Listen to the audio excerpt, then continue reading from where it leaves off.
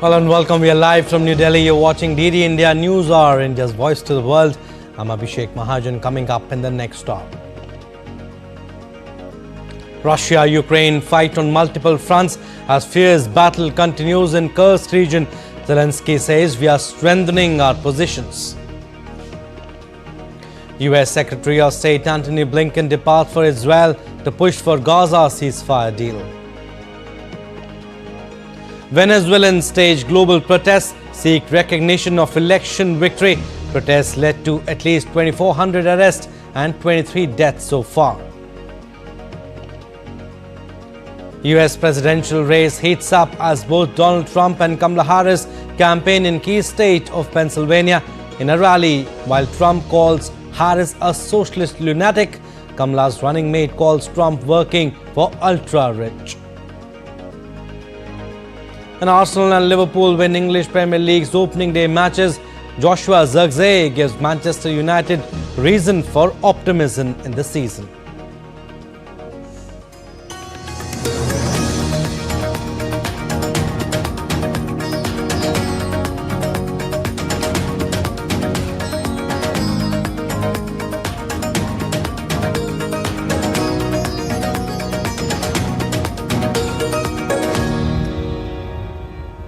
All right, news in detail now. As the fierce battle between Russia and Ukraine continues in Kursk region, President Volodymyr Zelensky said Ukrainian troops were strengthening their positions in Kursk and called the captured territories an exchange fund, implying they could be swapped for Ukrainian regions occupied by Moscow.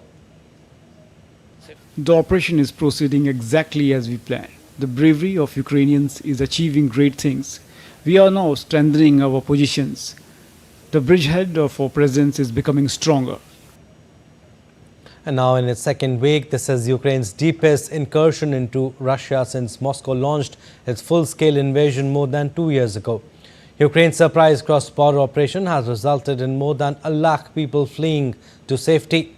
Meanwhile, Zelensky renewed his calls for Ukraine's Western allies to allow long-range strikes on Russia. We are doing everything possible to provide our soldiers with the necessary weapons and reinforcements. In this context, it is crucial that our partners remove barriers that prevent us from weakening Russian positions in the way the course of the war demands. Long-range capabilities of our forces are the answers to the most important and strategic questions of this war. Safety at Ukraine's Zaporizhzhia nuclear power plant is deteriorating following a drone strike that hit a perimeter access road on Saturday. According to International Atomic Energy Agency Director General Rafael Mariano Grossi, the Russian management of the Zaporizhzhia nuclear power plant said a Ukraine drone dropped an explosive charge on a road used by staff. Russia has been in control of Zaporizhzhia site, the largest nuclear power plant in Europe, since soon after it launched a full-scale invasion of Ukraine in February 2022. The plant is dormant as Moscow and Kiev have repeatedly accused each other of trying to sabotage its operations and endangering safety around the plant. Meanwhile, Russian President Vladimir Putin is traveling to Azerbaijan. This marks Putin's first trip to the Caucasus nation since 2018 and occurs as Russia aims to reassert its role as the mediator between Azerbaijan and its adversary Armenia. DD India's Dasha Charnishova has more from Moscow.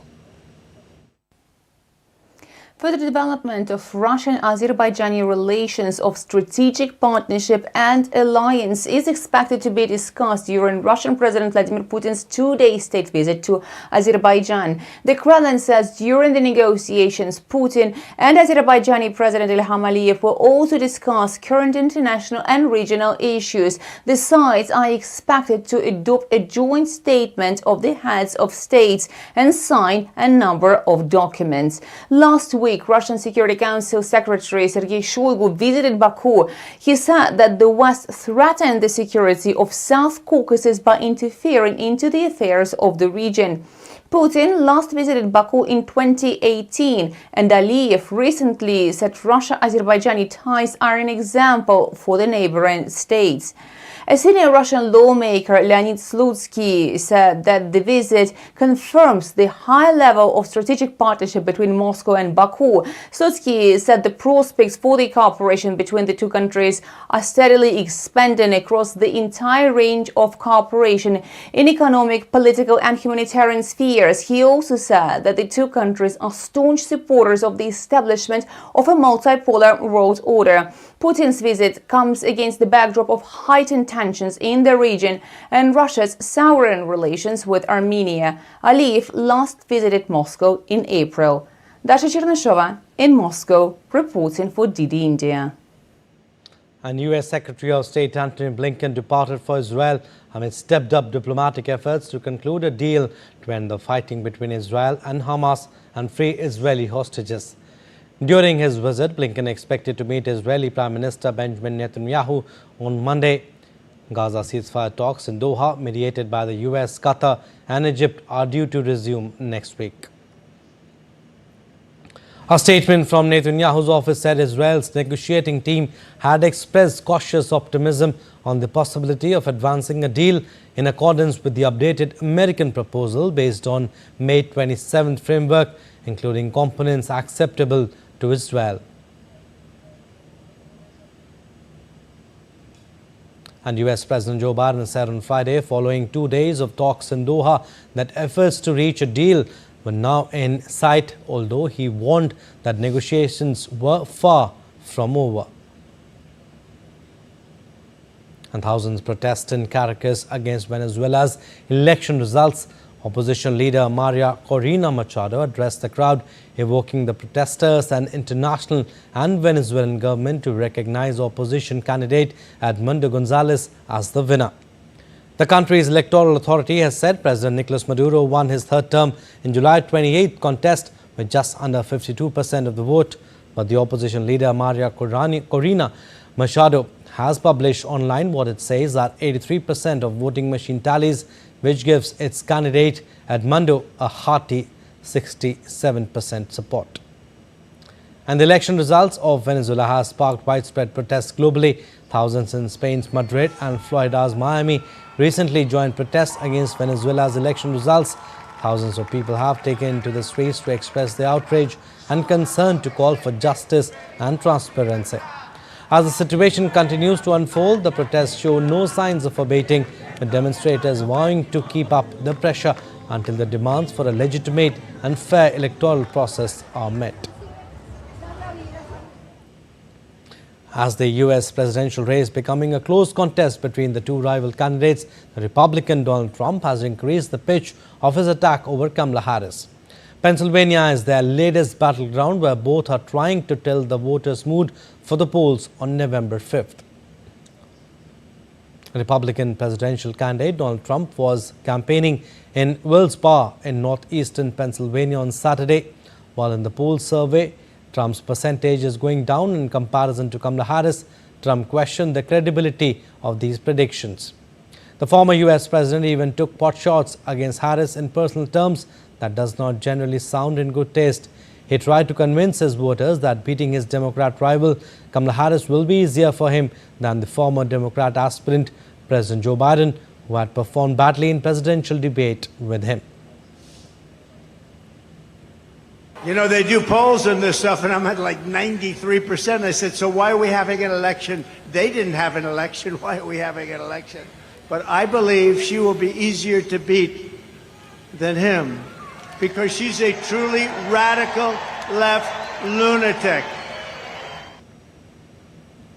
As Kamala Harris' running mate and vice presidential candidate Tim Walz was campaigning in Nebraska, that came the reply from about Trump's allegations and potshots. Addressing the rally in Nebraska's Omaha, Tim tried to corner Trump on his economic agenda. The Democrat vice presidential candidate Tim said the former U.S. president was just a corporate-friendly man. He worked for the ultra-rich and will do more for them if he came to power again. Look, when he tries to play dumb about this 2025 plan, I coached football for enough years. When somebody takes the time to draw up a playbook, they plan on using it. He knows what this will do: restrict our freedoms, rig the economy for the ultra-rich by punishing the middle class. If he returns to the White House, he's going to pick up just where he left off. But the people around him who worked with him the first time are already telling us it will be much, much worse. And Vice President Kamala Harris too is readying herself to respond on Trump's assertion soon in the same province, as she would conduct a bus tour of Western Pennsylvania starting in Pittsburgh on Sunday. Her Sunday response to Trump will be crucial, as she has to attend the Democratic National Convention the next day, where she will formally accept the party's presidential nomination, and she will try to attract the confidence of her party for the presidential turf in comparison to the former president.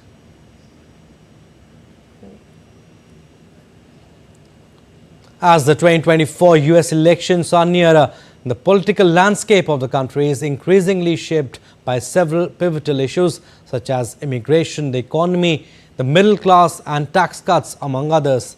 Both Republican as well as Democrats candidates outlined their vision on such issues and how will they implement them in case they are elected as president. DD India's Rahul Upadhyay brings us more. As the 2024 US elections draw near, the political landscape is increasingly defined by a number of critical issues, including immigration, economy, middle class and tax cuts, among others.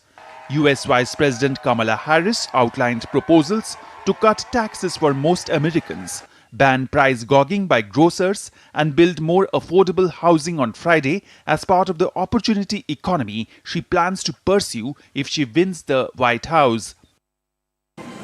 As president, I will be laser focused on creating opportunities for the middle class that advance their economic security, stability, and dignity. Together, we will build what I call an opportunity economy. Building up the middle class will be a defining goal of my presidency, because I strongly believe when the middle class is strong, America is strong. Harris also pledged to introduce a new child tax credit of as much as $6,000 for families with infants, cut taxes for families with kids, and lower prescription drug costs. The US Vice President said she would be laser focused on the middle class as president. Harris is aiming to draw a contrast with her opponent, Republican Donald Trump, on broad economic values. 2 months ago, I announced that medical debt will no longer be used against your credit score. And I will work as president with states like here in North Carolina, Roy Cooper, thank you again, to cancel medical debt for more and more, millions more Americans.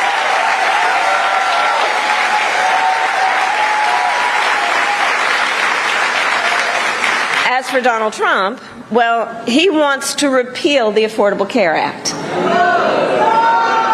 which 45 million Americans rely on. 45 million Americans rely on it for health care. Other issues dominating the election campaign is Israel-Hamas conflict. On Thursday, Republican presidential candidate Donald Trump said he is the candidate to defend Western civilization, Israel and the United States on Thursday. Kamala Harris is the candidate of the forces who want to destroy Western civilization, but most particularly Israel and Jewish people. And I'm the candidate of those who want to defend Western civilization, defend Israel, and defend the United States of America. Border security and immigration too are among other issues dominating the election campaign. On Thursday, former President Donald Trump claimed that under Vice President Harris, an estimated 20 million individuals had entered the United States illegally. Trump has promised to launch mass deportations if re-elected. With Bureau Inputs, Rahul Upadhyay's report for DD India. We'll step into a very short break, but still to come on this edition of DD India News Hour. Mpox cases on the rise globally. African Union Health Agency reports over 18K suspected or confirmed cases in Africa this year. Media platform X closes its operations in Brazil due to censorship orders. And China researchers pushing forward coral reef restoration work.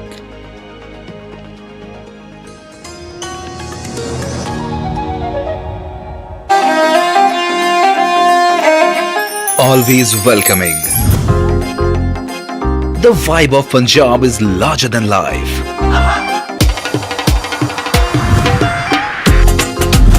Warm up to grandeur that's beyond compare.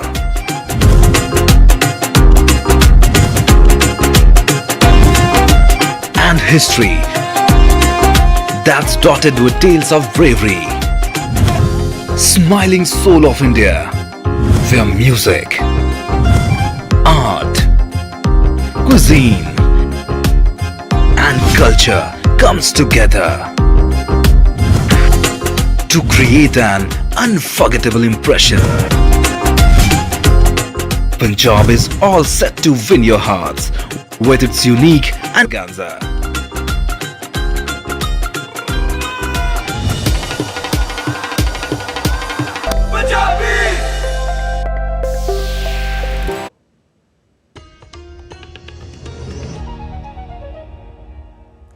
Welcome back. You're watching DD India News Hour. I'm Abhishek Mahajan. Some more stories.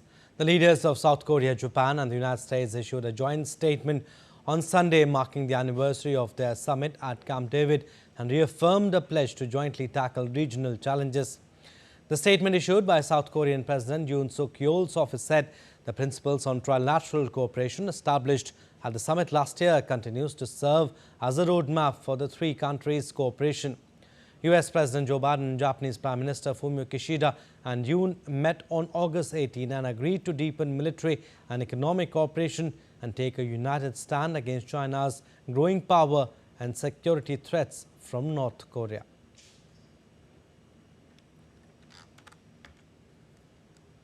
And Mpox cases are on the rise globally, with the African Union Health Agency reporting 18,737 suspected or confirmed cases in Africa this year, including 1,200 in just 1 week. This week, the first case outside of Africa was recorded in Sweden and Pakistan. DD India's Isaac Lucando reports.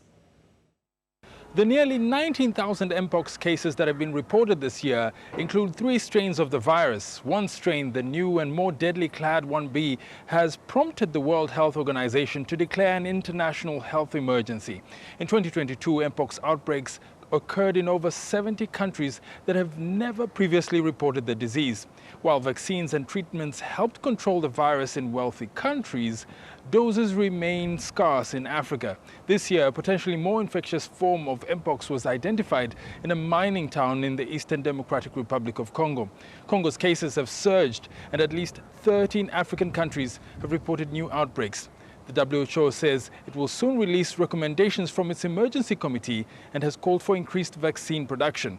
The global health body describes Mpox as a viral disease that spreads from animals to humans and through human-to-human contact, with symptoms including fever, muscle aches and large skin lesions. Isaac Lucando in Dar es Salaam, reporting for DD India. And although there are no reported cases of monkeypox in India as of date, government on Saturday announced certain measures to check its spread. In neighbouring Pakistan, 1 case of Mpox virus has already been detected. Besides Asia, other European nations too have enhanced surveillance. Health officials in Pakistan put safety measures in place after Mpox virus was detected in the country. Passengers were being screened and fumigation was being carried out at the Jinnah International Airport in Karachi on Friday. The country's health ministry confirmed at least 1 case of Mpox virus in a patient who had returned from a Gulf country. Besides Karachi, passengers were also screened at other airports and an isolation ward was set up in a hospital in Peshawar. It was not clear whether it was of a new variant or of the clade that has been spreading globally since 2022. In India, Health Minister J.P. Nadda took a detailed review of the monkeypox situation and the preparedness. As of now, there are no reported cases of monkeypox in India. It was decided in the meeting that, as a matter of abundant caution, certain measures, including sensitizing the health units at all the airports, seaports, and ground crossings, readying the testing laboratories, gearing up health facilities for detecting, isolating, and managing any case, are put in place. Besides Asia, a case of monkeypox was also detected in Europe. On Thursday, Sweden confirmed a first case of mpox, a viral infection that spreads through close contact. Epidemiologists say public awareness of mpox and its symptoms, as well as efficient isolation and contact tracing procedures, are key to preventing the spread of the virus. This is a person that were traveling in the region where we do have the clade 1b, that this is the new variant of mpox. And when coming home to Sweden, developing symptoms, very quickly diagnosed and isolated. And the person is doing good, but sort of that is all I can tell you, sort of the details of this person. German infection expert on Friday called for existing mpox vaccine supplies to be shipped to Africa, where they would have the greatest potential to tackle the disease. I would not recommend a general vaccination campaign for the general population or at-risk populations at this stage.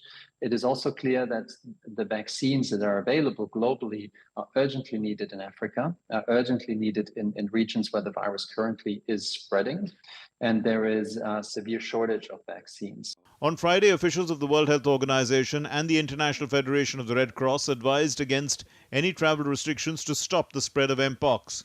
On Wednesday, the World Health Organization had declared mpox a global public health emergency for the second time in 2 years, following an outbreak of the viral infection in the Democratic Republic of Congo. Bureau Report, DD India. And media platform X closed its operations in Brazil due to censorship orders. Elon Musk-owned social media giant X on Saturday announced that it is shutting down its operations in Brazil with immediate effect in response to what the company described it as a threat from Alexandre de Moraes, a justice of Brazil's Supreme Court. Earlier this year, Moraes ordered X to block certain accounts as he investigates so-called digital militias that have been accused of spreading fake news and hate messages during the government of far-right former President Jair Bolsonaro. And a magnitude 7.2 earthquake struck off the east coast of Russia's Kamchatka region at a depth of 51 kilometers. This followed tsunami threat from the quake by the U.S. National Tsunami Warning Center. But the Kamchatka branch of Russia's emergency ministry reported that there was no threat of tsunami and that the recorded aftershocks from the quake ranged in the magnitude from 3.9 to 5. And Hurricane Ernesto knocked out power, downed trees and flooded parts of Bermuda on Saturday, but the British Island territory appeared to have escaped major injuries or property damage. The Category 1 storm unleashed powerful winds and whipped up 35-foot seas, leading to power loss for 71% of the territory's 36,000 customers. The center of the storm is forecast to approach southeastern Newfoundland in Canada late on Monday. Maximum sustained winds blew at 75 miles per hour and were predicted to hold at that speed for another 48 hours, after which they should weaken, the U.S. Weather Service said. Wildfires engulfed swaths of western Turkey, triggering the evacuation of nearly 4,000 residents. Helicopters and water bombers, which were grounded due to strong winds, were brought in to battle the blaze on Saturday in the resort city of Izmir on Turkey's Aegean coast. Authorities confirmed that there were a total of 131 wildfires at agricultural and forested land in western Turkey over the past week. About 3,950 acres of the land have been affected. The fire in the western province of Çanakkale have threatened the region's significant historical sites, had originated from a spark caused by a faulty roadside electric relay. And Alberta residents returned to the fire-ravaged town of Jasper after a devastating wildfire which damaged 30% of the buildings in Jasper townsite for more than 3 weeks. The authorities advise that people with health conditions or those who are pregnant should avoid living in Jasper until local healthcare services are fully operational. Residents who choose to stay are advised to bring at least 3 days' worth of essential supplies such as food, drinkable water and medications. And tens of thousands of Berlin ravers recently took to the streets to celebrate the city's iconic techno culture. For some who joined the buzzing parade, in Berlin techno music is their life. Berlin techno culture has also received UNESCO classification as intangible cultural heritage. The event, which felt like a massive outdoor festival, transformed Berlin streets into a pulsating dance floor, with revelers moving to the beats of thumping techno music. The parade was not just a celebration of music, but also a demonstration of the enduring spirit of a subculture that has influenced the global music scene for decades.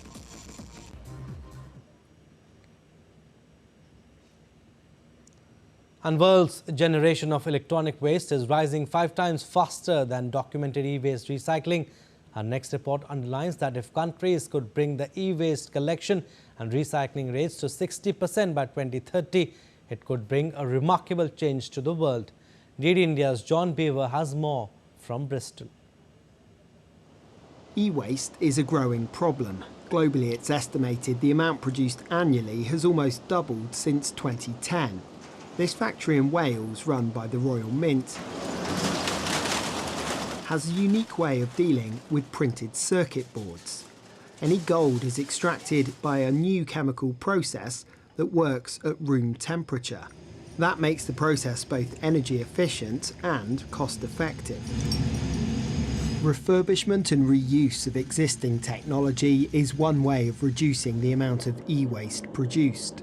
But talking at a parliamentary hearing, those who sell refurbished products like smartphones claim there are deliberate barriers being created. Some original producers are now putting out software updates that, unless it's a genuine part from that producer, you're receiving an error message to say that this has got a non-compatible part. The compatible original part is extremely expensive. It makes repair completely difficult and prohibitive and no longer attractive for the customer. The vast majority of the UK's e-waste is processed abroad. The World Health Organization have issued warnings about the informal processing of some of it and the potential harm that can be done to those carrying out the work. There is also the issue of e-waste not being recycled. A lot of products like phones have got smaller as technology improves, but for items like washing machines and tumble dryers, they remain big, heavy and cumbersome. Often you have to pay to have old ones taken away. So when people get new products, the temptation is to illegally dump them. There are warnings from the Environmental Audit Committee of a forthcoming e-waste tsunami in the UK. It's hoped that more schemes like this gold extraction will reduce the amount being sent to landfill. John Beaver in Bristol reporting for DD India. Now let's take a look at other stories making news around the world. Over 100 firefighters were deployed to tackle a massive fire at London's iconic Somerset House on the Strand. No injuries or casualties have been reported so far. The iconic building is home to priceless paintings, including those by Vincent van Gogh. UK's Prince Harry and his wife attended a percussion class in a coastal town in Colombia. The Duke and Duchess of Sussex also spoke to local community members on their efforts to keep their traditions and cultures alive. A group of marine ecological researchers in China have been contributing to biodiversity conservation for over a decade through diving into the seabed and pushing forward coral reef restoration work. 25% of marine life depends on coral reefs. Still to come on this edition of DD India News Hour. India's External Affairs Minister Dr. S. Jaishankar visiting Kuwait on Sunday. Bilateral talks, global issues on table. India's Home Minister Amit Shah to hand over Indian citizenship certificates in Ahmedabad on Sunday. And the 24-hour nationwide strike called by the Indian Medical Association ends. Health Ministry to form a committee to ensure healthcare workers' safety.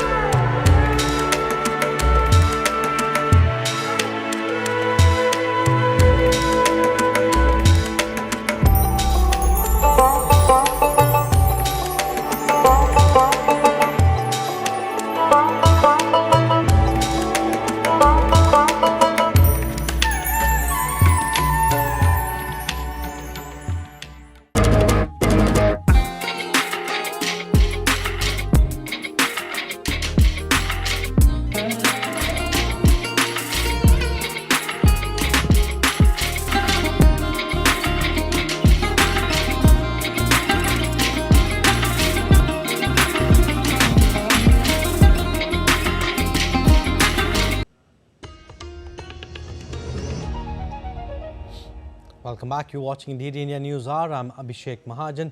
Recap of what we have done so far. Russia-Ukraine fight on multiple fronts as fierce battle continues in Kursk region.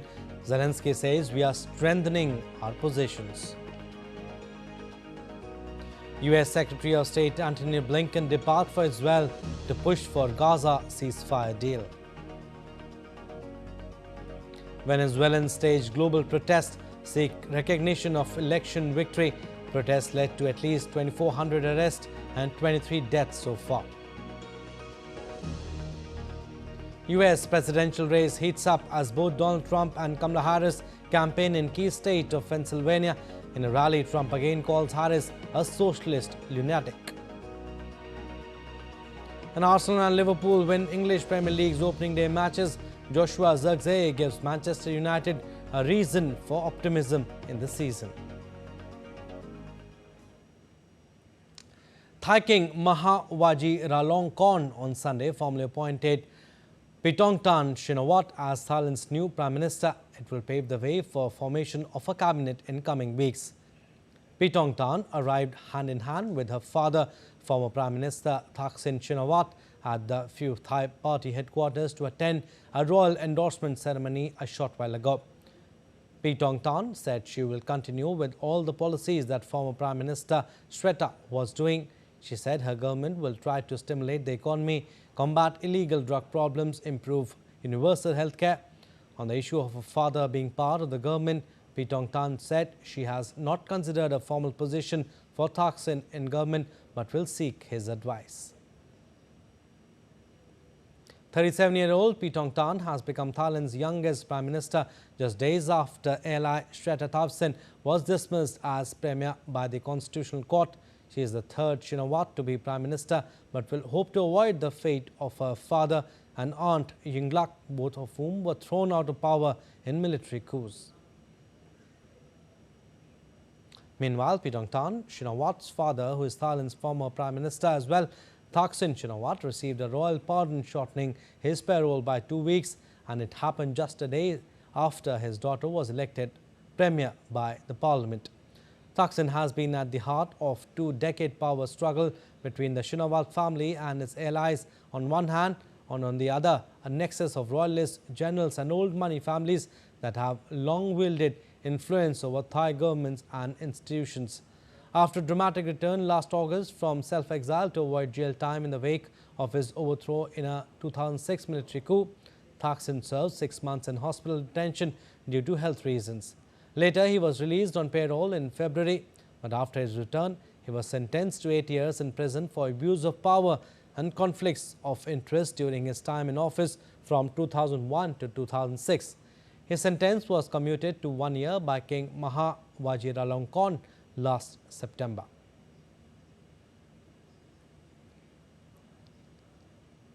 All right, let's go across to Hong Kong now. DD India's William Denslow is joining us live from there. William, youngest Thai Prime Minister and only the second woman to occupy the position. Tell us what challenges lie ahead of her.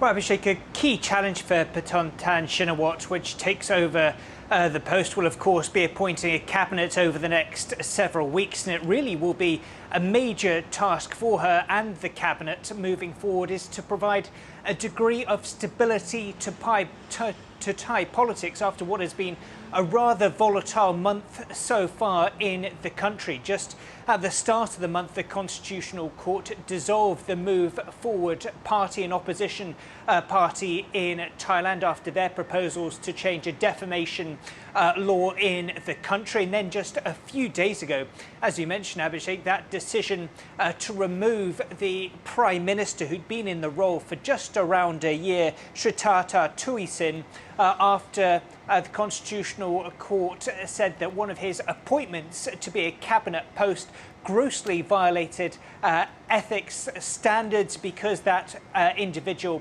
had served time in prison. So finding political stability going forward will be crucial, and also providing some economic stimulus to a country that historically is one of the most important economic powerhouses in the region, but has been spluttering as of late. We've heard from Shinawatra in a short address on Sunday addressing some of those concerns. She says that she will listen to all opinions in a move to drive Thailand forward in her tenure as the latest Prime Minister.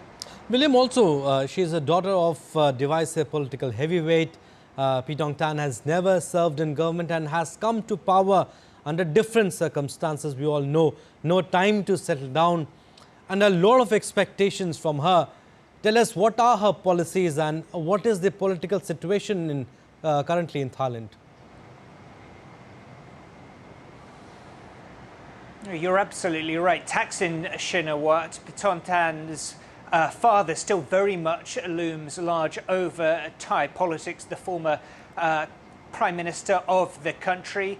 She has addressed any potential links that her father will have on her going forward. She says that she will listen to his opinions and those of any other people whose advice and opinions she respects. So she's very much given a nod to that. And when it comes to what we know about her policies going forward, well, she has a strong background in the private sector, working in hospitalities and in hotels. So we can expect trying to revitalize the Thai tourism industry, so important for the country, something that she certainly has plenty of experience on that subject in the past. And also a key question will be what she will do with the Pheu Thai Party's major economic policy of a digital wallet. That's a roughly $14 billion program that is designed to provide nearly $300 to around 500 million people in the country. So a real,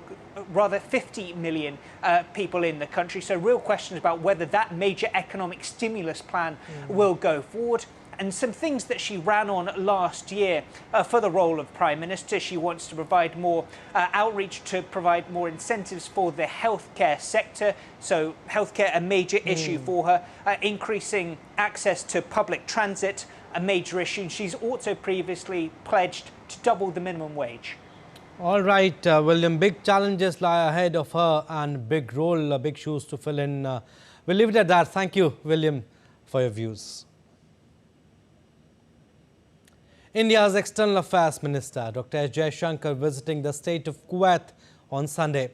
During the visit, the minister will meet his Kuwait counterpart, Abdullah Ali Al Yahya. He is also expected to call on the leadership of the state of Kuwait. The minister's visit will enable both sides to review various aspects of bilateral relations, including political, trade, investment, energy, security, cultural, consular and people-to-people contacts, as well as exchange views on regional and international issues of mutual interest.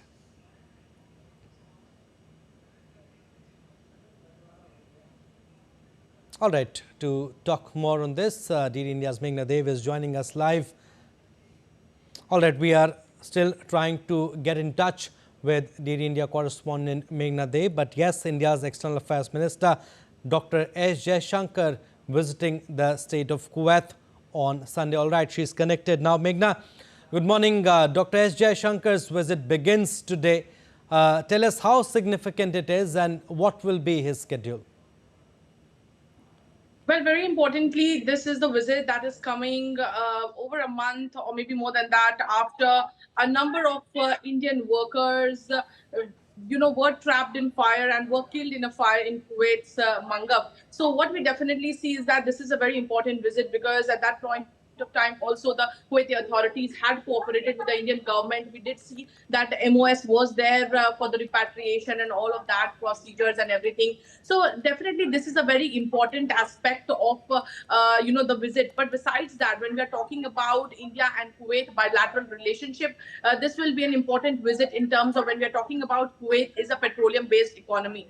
We also do see that when we're talking about Kuwait being a petroleum based economy, we definitely see that 94% of the revenue that Kuwait generates is because of oil. Now, besides that, we see that in 2023-2024, India and Kuwait bilateral relationship in terms of trade has also grown.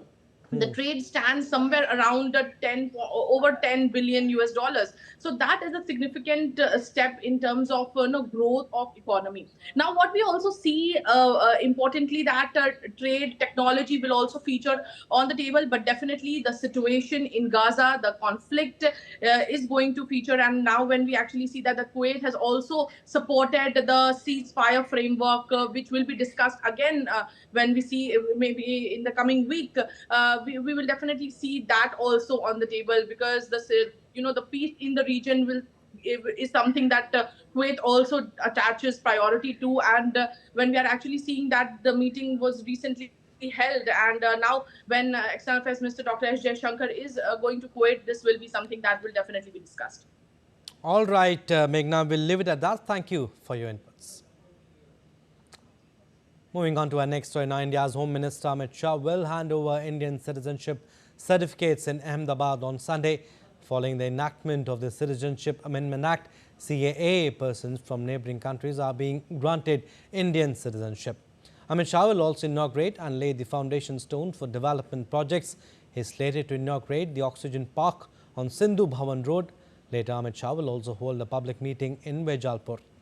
The Citizenship Amendment Act provides a fast track to Indian citizenship for refugees from 6 minority religious communities from Bangladesh, Afghanistan and Pakistan on condition that they have lived in India for 6 years and have entered the country by December 31st, 2014.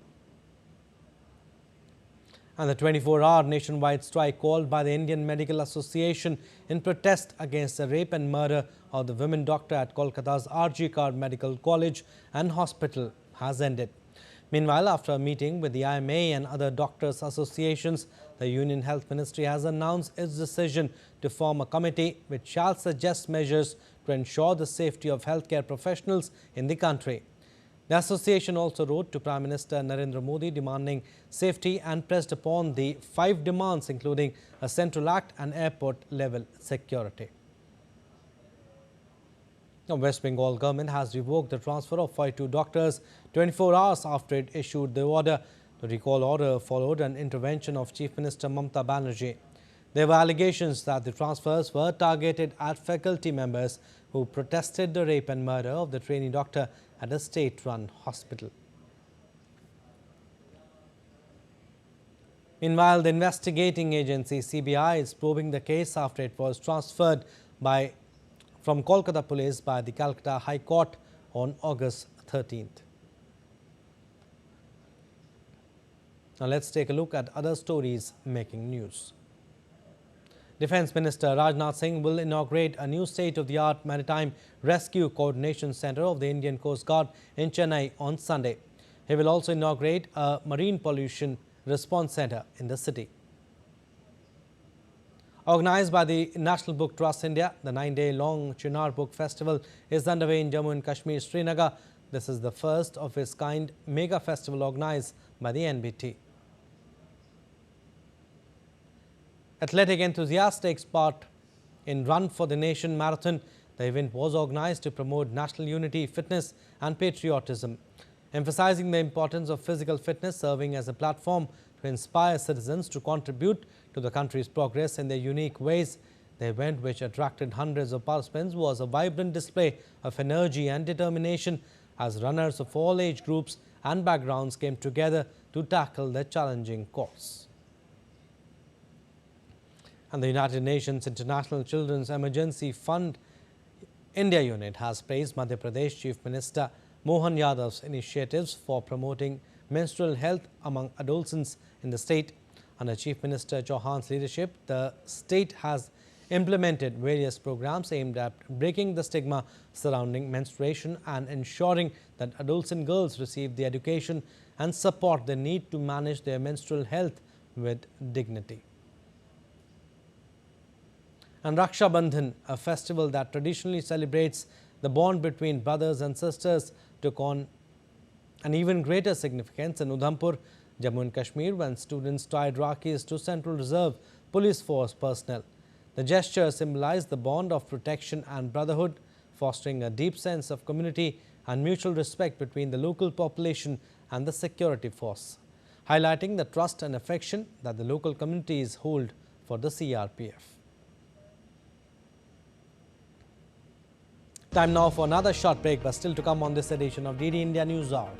India doing very well in terms of growth rates and is one of the fastest growing major global economies in the world, says IMF's Geeta Gopinath. Carlos Alcaraz smashes his racket in rare outburst during shock defeat against Gael Monfils.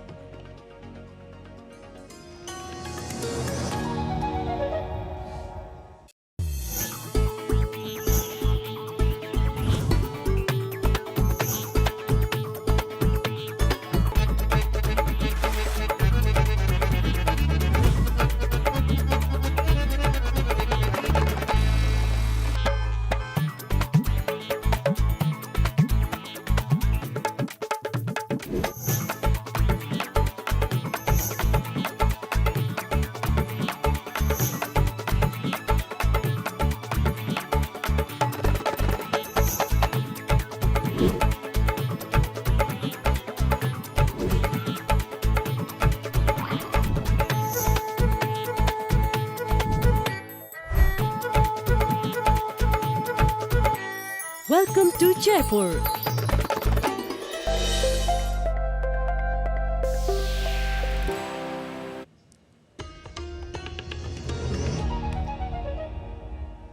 Welcome back. You're watching DD India News Hour. I'm Abhishek Mahajan.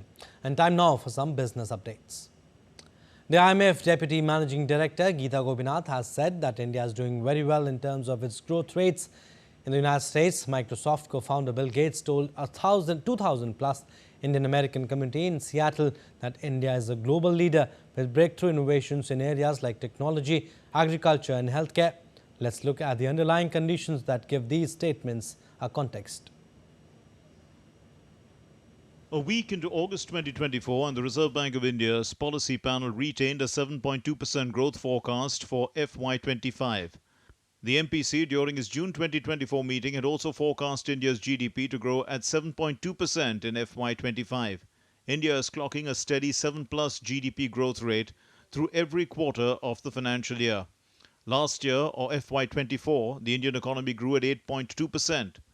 This year's union budget is providing the right direction for that growth. The theme is on women-led development, on providing skilling and jobs for youth, and presenting an overall healthy fiscal consolidation position where we are moving from a $3 trillion economy to a $5 trillion economy, from the 10th to the 5th, and we are moving, according to the IMF, to the third largest economy in the world by 2027. Let's look at some key stats. Foreign exchange reserves have risen from $290 billion to more than $645 billion, and of a total FDI of $1 trillion over the last 78 years of India's independence, $600 billion in FDI have come in just the last 8 years. FDI comes to India from 160 countries and is directed in 61 sectors. The number of direct taxpayers too has doubled, strengthening the government's finances. This reflects strong animal spirits. We started off with 356 startups. Today we have 140,000 startups. We have about 135 unicorns. We've created the third best ecosystem in the world. The startup ecosystem would get a huge impetus from the abolition of the angel tax, which has now been done. Over the last 10 years, the Modi government has been successfully maintaining an equilibrium between the requirements of economic growth and the need to promote welfare of the disadvantaged sections. A Niti Aayog report says around 250 million people have escaped poverty over the last 10 years. Also reflecting the optimism in India's growth story, India's sensitive index on the Bombay Stock Exchange has been very sensitive to India's potential, rising from a low of around 25,000 during COVID-19 to over 80,000 now. Bureau Report, DD India.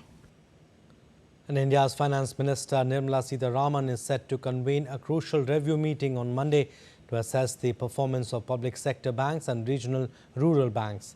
This meeting aims to evaluate key financial metrics and the effectiveness of various government schemes, ensuring that these financial institutions are aligned with economic goals. Finance Minister along with other participants will review deposit growth, the credit to deposit ratio and asset quality, which are vital indicators of banks' health. The meeting will also cover initiatives for micro, small and medium enterprises, performance under government schemes, recent interventions and any pending issues that require attention. All right, sports updates now. We'll start with football. A late goal by new signing Joshua Zirkzee earned Manchester United a nervy 1-0 victory over Fulham in their Premier League season opener at Old Trafford.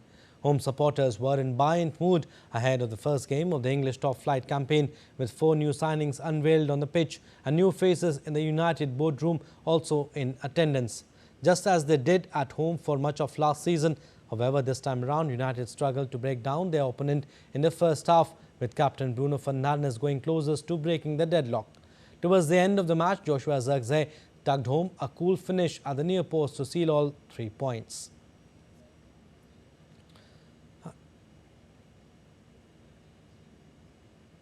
Now, English football club Arsenal kicked off their Premier League season with a solid 2-0 victory over Wolves at the Emirates Stadium. Kai Havertz put the Gunners ahead in the first half, nodding in Bukayo Saka's pinpoint cross from the right. Saka then doubled their lead after the break, unleashing a powerful left-footed strike into the far corner. Despite not being at their sharpest, Arsenal always appeared in control and deserved their win against a resilient Wolves side. Wolverhampton debutant Jørgen Larsen had a chance to level the score in the first half, but his header was expertly saved by Arsenal's goalkeeper David Raya. A new Liverpool coach, Arne Slot, began his Premier League journey with a 2-0 victory over newly promoted Ipswich Town on Saturday. The game saw second-half goals from Diogo Jota and Mohamed Salah, giving Reds manager Arne Slot a solid start. In the first half, Ipswich Town matched Liverpool stride for stride. However, they couldn't capitalise on their chances. After half-time, Liverpool stepped up their game. Jota broke the deadlock at the hour mark. Just 5 minutes later, Salah finished off a slick move to secure the win. Although Liverpool had several more chances, 2 goals were enough to see them through a challenging opener. And Barcelona started their La Liga season with a win under new coach Hansi Flick. The Catalan Giants defeated Valencia 2-1. Hugo Duro gave Valencia the lead just before half-time, but Robert Lewandowski equalized for Barcelona moments later. And after the break, Lewandowski scored again from a penalty after Rafinha was fouled in the box. 17-year-old Lamine Yamal was a standout player, causing problems for Valencia with his dribbling. Despite some mistakes in midfield and Valencia's counterattacks, Barcelona controlled the game and secured the victory. Now, Catalans will face Athletic Bilbao on next Saturday. Now, Real Madrid are considering allowing players to go on short holidays during the season because of concerns about the congested fixture schedule. On the eve of their La Liga season debut at Mallorca, Ancelotti said the steady increase in regional and international games on the calendar was taking its toll on players. After winning the La Liga and Champions League double last season and now bidding for up to 7 titles in 2024-25 campaign, Ancelotti believes the club need to make sacrifices to preserve the health and fitness of their players.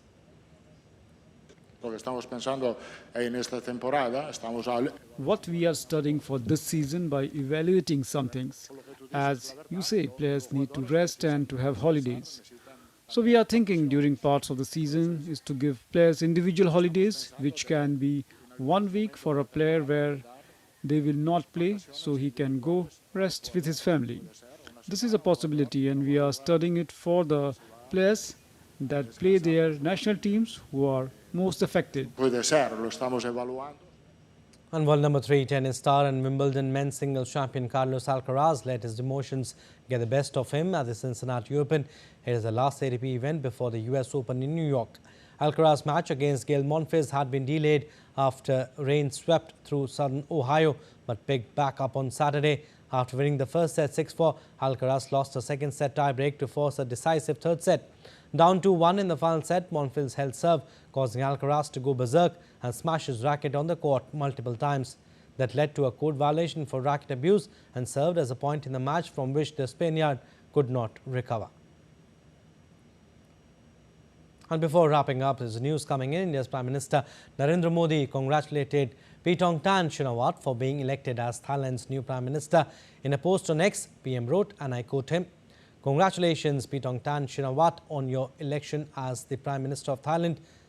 Best wishes for a very successful tenure with you to further strengthen the bilateral ties between India and Thailand that are based on the strong foundations of civilizational, cultural and people-to-people connect," unquote. That's all for this edition of DD India News Hour, but do let us know your thoughts on the news of the day. For those on the go, you can get all the latest news and updates from India and across the world on DD India mobile app.